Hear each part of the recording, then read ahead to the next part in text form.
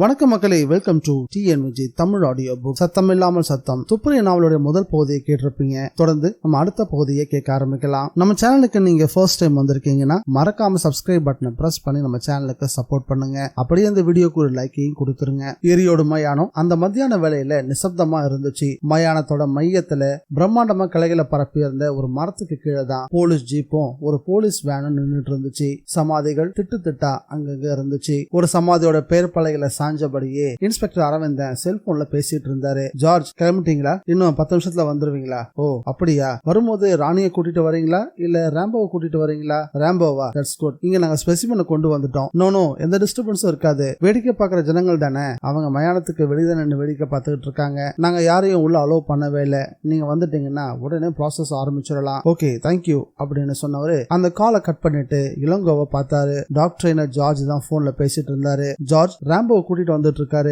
இன்னும் சரியா 10 நிமிஷத்துல இந்த ஸ்பாட்ல இருப்பாரு. சார், எனக்கு சந்தேகமாவே இருக்கு. எதுக்காக சந்தேகம்? அந்த தலையில்லாத உடல் இங்க புதைக்கப்பட்டிருக்கலாம் அப்படின்ற எண்ணத்துல டாக்டரை வர சொல்லிருக்கீங்க. பட் டாக்டர் சங்கரநாராயணன் கொடுத்த போஸ்ட்மார்டம் ரிப்போர்ட்டின் படி அந்த தலையில்லாத உடல் புதைக்கப்பட்டு 15 நாள் தான் ஆகியிருக்கலாம்னு குறிப்பிட்டிருந்தாங்க. ஒருவேளை உடல் இங்க புதைக்கப்பட்டு இருந்தாலும் 15 நாள் கழிச்சு டாக கூட்டிட்டு வந்து ஸ்மெல் பண்ண விட்டா பலன் கிடைக்குமா? இந்த 15 நாளுக்குள்ள ஸ்மெல் டிஸ்டர்ப் ஆகியிருக்காதா? இளங்கோவுடைய இந்த சந்தேகம் அரவிந்தனுக்கு ரொம்பவே நியாயமா தான் பட்டுச்சு. You may be correct, Mr. Ilango. அந்த தலை கிடைக்காத பட்சத்துல நீங்க சொன்னது சரியா தான் இருக்கும். ஆனா தலை இப்போ ஒரு ஸ்பெசிமனா நம்ம கிட்ட தான் இருக்கு. டாக் அதை ஸ்மெல் பண்ணினாலே போதும். இந்த மயானத்துக்குள்ள அந்த உடல் எங்க புதைக்கப்பட்டிருக்கோ அங்க போய் நேரா படுத்துறோம். Let us hope for the best அப்படின்னு சொன்னாரு. இந்த கேஸ் நிமிஷத்துக்கு நிமிஷம் சிக்கலாகிட்டு போகுது. கார்கோழி பேருக்கு ஏத்த மாதிரியே அழகான பெண். ஆனா அவ எதுக்காக ஒரு மனித தலைய சூட்கேஸ்குள்ள வச்சுக்கிட்டு ஒரு ஹோட்டல்ல போய் ரூம் எடுத்து தங்கணும்? அப்படி தங்கினவ சூட்கேஸ் அந்த ஹோட்டல்லையே வச்சு பூட்டிட்டு எதுக்காக தலைமறைவாகணும்? இதுதான் இளங்கோ எனக்கு புரியவே மாட்டேங்குதுன்னு இளங்கோ கிட்ட சொல்ல ஆரம்பிச்சாரு அரவிந்தன். சார், நீங்க கேட்ட இந்த $2 மில்லியன் கேள்விகளுக்கும் பதில் கிடைக்கணும்னா அந்த கார்கோழி நம்ம கைக்கு கிடைக்கணும் சார். அப்படி ஒருவேளை கார்கோழி கிடைக்கலன்னா அந்த சாராய கடையில எங்கிட்ட தப்பிச்சு போனான்னு ஒரு ஆள், அவன் நம்ம கையில சிக்கணும். இல்லனா இந்த 2 கேள்விக்கும் கடைசி வரைக்கும் நம்ம கிட்ட பதில் இல்லாமலே போயிடும். அரவிந்தனும் இளங்கோவும் அந்த மயானத்துக்குள்ள இருந்து பேசிட்டு இருக்கும் போது இளங்கோவோட செல்போன் சுருங்க ஆரம்பிச்சது. இளங்கோக்கு அவருடைய ஆபீஸ்ல இருந்தா போன் வந்துட்டு இருந்துச்சு. போன் எடுத்து பேச ஆரம்பிச்சாரு இளங்கோ.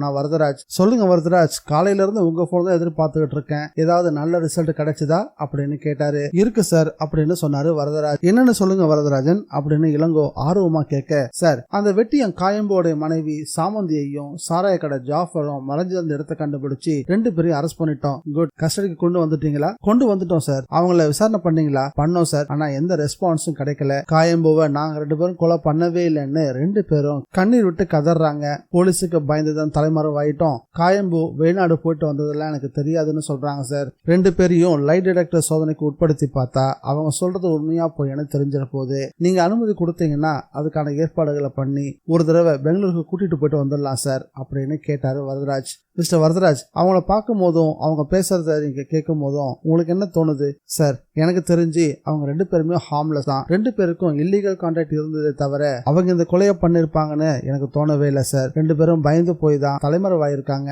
மிஸ்டர் வரதராஜ், எதுக்கும் அவங்கள ஒரு வாரம் கஸ்டடியில வச்சு கேள்விகளை மாத்தி கேட்டு விசாரணை பண்ணி பாருங்க. அவங்களுக்கே தெரியாம ஏதாவது ஒரு உண்மை அவங்க சொல்லலாம். நான் இப்ப வெளியில கொஞ்சம் வேலையா இருக்கேன், சாயங்காலம் வந்து உங்களை மீட் பண்றேன் அப்படின்னு சொன்னாரு இளங்கோ. எஸ் சார் அப்படின்னு சொன்ன வரதராஜன் போனை வச்சுட்டாரு. இளங்கோ தனக்கு வந்த கால்ல பேசிட்டு காலை கட் பண்றதுக்கும் அந்த மயானத்துக்குள்ள ஒரு வேன் நுழையறதுக்கும் சரியா இருந்துச்சு. அந்த வேன் நேரா மரத்தடிக்கு வந்து நின்னுச்சு. டாக்டர் ஜார்ஜும் அவருடைய டாகான ரேம்போவும் வண்டி விட்டு இறங்கினாங்க.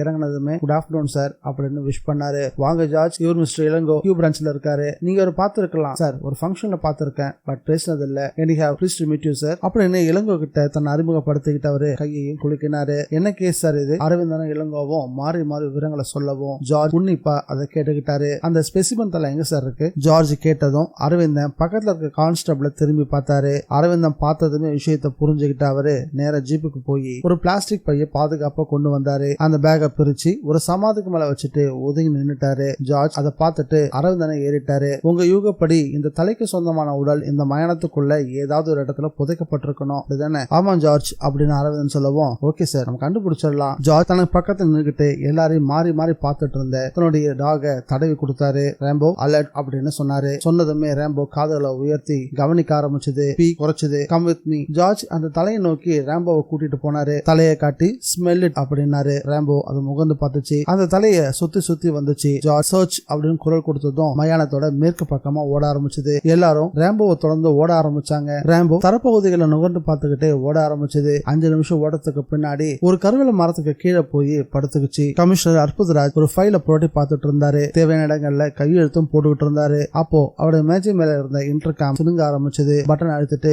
எஸ் அப்படின்னு சொன்னாரு. மறுமுனையில அவருடைய PA பேச ஆரம்பிச்சாரு. சார், உளவுத்துறையில இருந்து பெருமாள் ராஜன் உங்களை பார்க்க வந்திருக்காரு சார். உள்ள அனுப்பி வைக்கட்டமா? என்ன கேள்வி இது? பெருமாள் ராஜன் காரணமே இல்லாம வரமாட்டாரு. உடனே அவரை உள்ள அனுப்பி வைங்க. அப்படியே 10 நிமிஷம் கழிச்சு 2 கூல் ட்ரிங்க்ஸ் அனுப்பி வைங்க. Yes sir. நானும் அவரும் பேசிட்டு இருக்கும் போது ஏதாவது கால் வந்தா அந்த காலை பெண்டிங்ல வைங்க. Yes sir. அற்புதராஜ் தான் பார்த்துட்டு இருந்த ஃபைல அவசரமா புரட்டி எங்கெங்க கையெழுத்து போடணுமோ எல்லாத்தையும் போட்டுட்டு அந்த ஃபைல மேஜோட மூளைக்கு தள்ளி விட்டுட்டு பெருமாள் ராஜனுக்காக காத்திருக்க ஆரம்பிச்சாரு. அடுத்த நிமிஷம் பெருமாள் ராஜன் உள்ள வந்தாரு. வாங்க பெருமாள் ராஜன், போன வருஷத்துல ஒரு நாள் ஐஜி வீட்டு கல்யாணத்துல உங்களை பார்த்தது. அதுக்கப்புறம் உங்களை இப்பதான் பாக்குறேன். நடுவுல பார்க்கவே முடியல அப்படின்னு நல்லா விசாரிக்க ஆரம்பிச்சாரு கமிஷனர் அற்புதராஜ். கொஞ்ச நாள் லீவ்ல ஊருக்கு போயிருந்தேன் சார், அதான் உங்களை பார்க்க முடியல. உட்காருங்க. டிபார்ட்மெண்ட் ஒர்க் எல்லாம் எப்படி போய்கிட்டு இருக்கு? 10 கிட்ட பெட்ரோல் பங்க் மாதிரி ரொம்ப பரபரப்பா இருக்கு சார். இப்ப கூட உங்ககிட்ட ஒரு முக்கியமான விஷயத்த பத்தி பேசிட்டு போகதான் சார் வந்தேன். ஹைலி கான்பிடென்ஷியல் அப்படின்னு பெருமாள் ராஜன் சொல்லவும் அற்புதராஜ் பொறுமைகளை உயர்த்தினாரு. சொல்லுங்க பெருமாள் ராஜன், என்ன விஷயம்? சார், இந்த எரியோட மையான வெட்டியா காயம்பு கொலை செய்யப்பட்ட விவகாரத்துல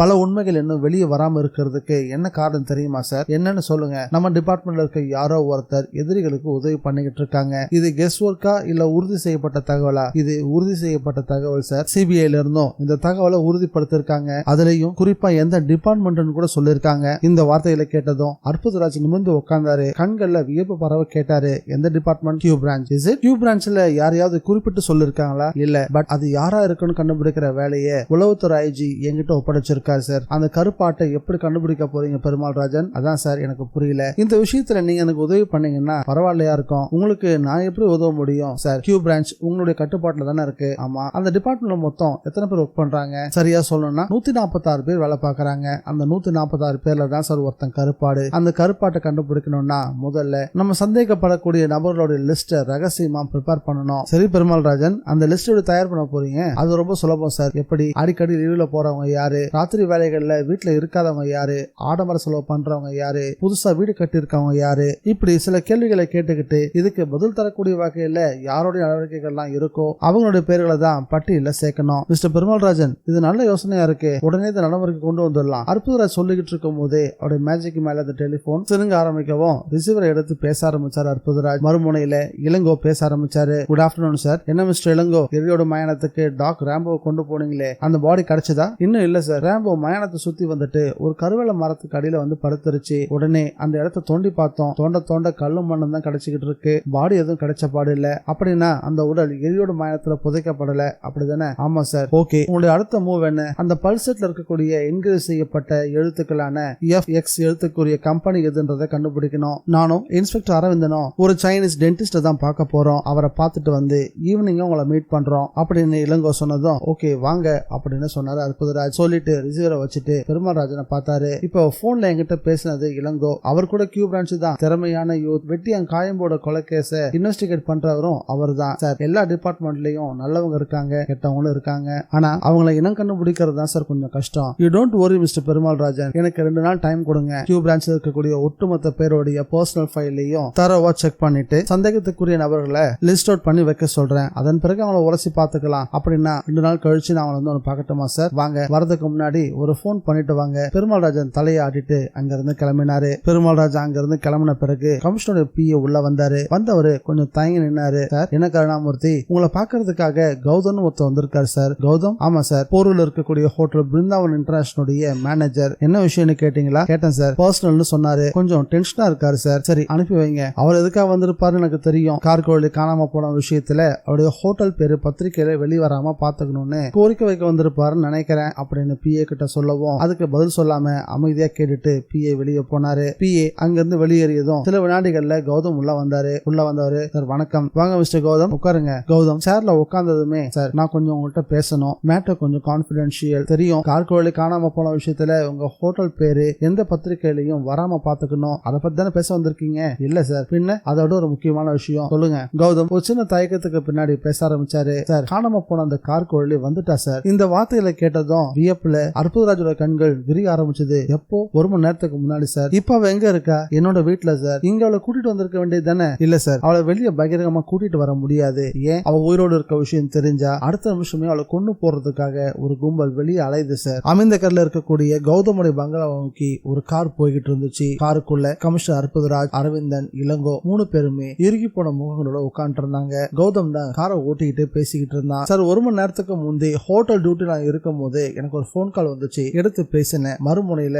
கார் குழலி பதட்டமா பேசினா. பாடி பஜார்ல இருக்கக்கூடிய போஸ்ட் ஆபீஸ் பக்கத்துல இருக்கக்கூடிய ஒரு எஸ்டிடி பூத்ல இருந்து பேசிட்டு இருக்கேன். நீங்க உங்க கார்ல வந்து என்ன பிக்கப் பண்ணிக்க முடியுமான்னு கேட்டா. நீ இத்தனை நாளா எங்க போயிருந்த அப்படின்னு நான் பதிலுக்கு கேட்டேன். அதுக்காக சார் போன்ல இப்போதைக்கு என்னால எதுவும் பேச முடியாது, நீங்க நேர்ல வாங்கன்னு சொல்லி போனை வச்சுட்டா. நான் உடனே புறப்பட்டு போனேன். என்னுடைய காரு பாண்டி பசாரோட பார்க்கிங் கொண்டு போய் நிறுத்தினதுமே எங்கேயோ மறைஞ்சிருந்த கார் குழலி வேகமா வந்து கார்ல ஏறிக்கிட்டா. அவ கட்டியிருந்த சேலை 2-3 இடங்கள்ல கிழிஞ்சிருந்தது. அவளை பாக்குறதுக்கே ரொம்ப சோர்வா இருந்துச்சு. கண்கள்ல நீரோட என்ன பார்த்து, சார் என்னோட உயிருக்கு ஆபத்து, என்ன கொல்றதுக்காக ஒரு கும்பல் என்ன துரத்திக்கிட்டு இருக்காங்க, என்ன ஒரு பாதுகாப்பான இடத்துக்கு கூட்டிட்டு போங்க அப்படின்னு கெஞ்சி கேட்டா. போலீஸ் ஸ்டேஷன் போலாமான்னு நான் கேட்டேன். இப்ப போலீஸ் வேண்டாம்னு சொல்லிட்டா. கௌதம் சொல்லிட்டு இருக்கும் போதே இளங்கோ இடம் மறைச்சு, அவளை கொல்றதுக்காக அலையிற கும்பல் யாரு அப்படின்னு கேட்டாரு. அவங்க யாருன்னு அவளுக்கே தெரியாதான். சரி, அவளை கொலை செய்ய என்ன காரணம் அதுவும் அவளுக்கு தெரியாதான். கௌதம் பதில் சொல்லிட்டு இருக்கும் போதே கார் நெல்சன் மாணிக்க சாலையில கோடியில இருந்த அந்த பங்களாக்குள்ள நுழைஞ்சது. அற்புதராஜ் கேட்டாரு, வீட்டுல யாரெல்லாம் இருக்காங்க? நான் என்னோட வைஃப் மட்டும் தான் சார் இருக்கோம். கார்ல இருந்து இறங்கி போர்ச்சுகோ படி ஏறி உள்ள போக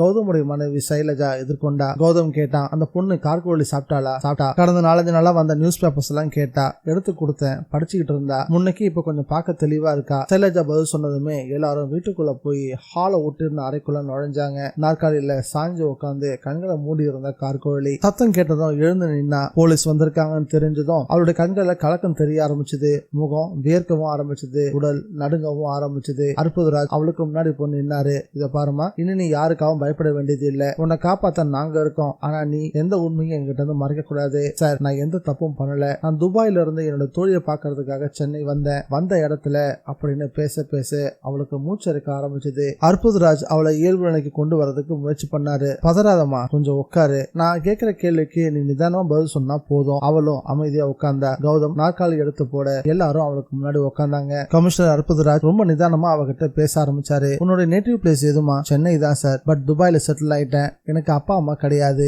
அண்ணன் மட்டும் தான். அவரு ஷார்ஜால இருக்காரு. நான் ஒவ்வொரு வருஷமும் என்னோட தோழி கீர்த்தனாவை பாக்குறதுக்காக சென்னை வருவேன். இந்த தடவை சர்ப்ரைஸா இருக்கட்டுமேனு அவளுக்கு எந்த தகவலும் கொடுக்காம துபாயில இருந்து புறப்பட்டு வந்துட்டேன். ஆனா கீர்த்தனா அவரோட ரிலேஷன் வீட்டு ஃபங்க்ஷனுக்காக திருச்சி போயிட்டா. வரதுக்கு 1 வாரம் ஆகும் அப்படின்னு சொன்னதால பிருந்தாவன ஹோட்டல்ல ரூம் போட்டேன். நான் எப்பவுமே ஹோட்டல்ல ரூம் போடும்போது என்னோட உண்மையான அட்ரஸ் சொல்ல மாட்டேன். பிருந்தாவன ஹோட்டல்ல ரூம் போடும்போது திருவனந்தபுரத்துல இருக்கக்கூடிய அட்ரஸ் லெட்ஜர்ல எழுதினேன். துபாயில அவனுக்கு என்ன வேலை? ஸ்கை டச் பில்டர்ஸ் கம்பெனில ஹியூமன் ரிலேஷன்ஷிப் டிபார்ட்மெண்ட்ல உட்காந்துட்டு இருக்கேன். சரி, ஹோட்டல்ல ரூம் எடுத்து தங்கினேன். அதுக்கப்புறம் என்ன நடந்துச்சு? நான் காலையில ரூம் எடுத்தேன், குளிச்சுட்டு சாப்பிட்டேன். அப்புறம் கொஞ்சம் ஷாப்பிங் பண்ணலாம்னு வெளியே கிளம்பினேன். ஹோட்டலுக்கு வெளியே ஒரு கால் டாக்ஸி நின்றுட்டு இருந்துச்சு. அதுல போய் ஏறிக்கிட்டேன். ஸ்பென்சருக்கு போகணும்னு சொல்லிட்டு டாக்ஸில சாஞ்சு உட்கார்ந்தேன். டாக்ஸி ஒரு 10 நிமிஷம் தான் ஓடி இருக்கும். அதுக்குள்ள ஆள் நடமாட்டமே இல்லாத இடத்துல போய் டாக்ஸி நின்னுச்சு. நான் எதுக்காக டாக்ஸி நிக்குதுன்னு யோசனை பண்ணிக்கிட்டே இருக்கும் போது டாக்ஸிக்குள்ள 2 பேர் தடியா ஏறினாங்க. ஏறினவங்க மயக்க மருந்து கலந்த கர்ச்சிஃபை என் முகத்துல வச்சு என்ன மயக்கமடைய வச்சுட்டாங்க. நான் மயங்கிட்டேன். கண் விழிச்சு பார்க்கும் போது ஒரு அரை இருட்டான அறையில இருந்தேன். வேலைக்கு சாப்பாடு வந்துச்சு. அந்த அறைக்கு வெளியில ஆட்களுடைய நடமாட்டம் இருந்துச்சு. ஆனா யாருடைய முகத்தையும் என்னால பார்க்க முடியல. 5 நாள் கழிச்சு நான் அடைபட்டு இருந்த அறைக்குள்ள 4 பேர் வந்தாங்க. என்னை துன்புறுத்த ஆரம்பிச்சாங்க.